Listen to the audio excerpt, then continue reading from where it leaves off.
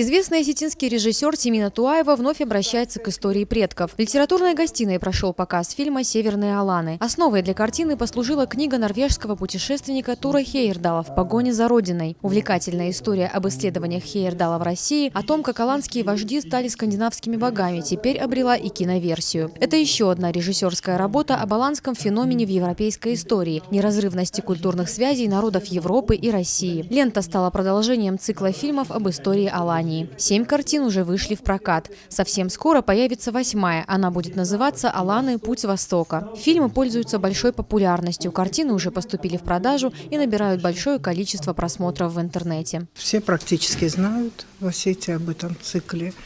Это уже 7 картин сделано. Сейчас вот я монтирую, сижу Китай.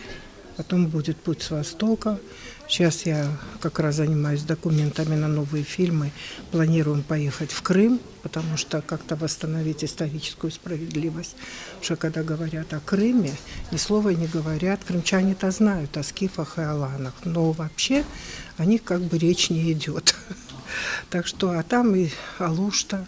Это типичное аланское название, Судакская крепость. Там очень много артефактов и следов пребывания скифо-аланской цивилизации в Крыму.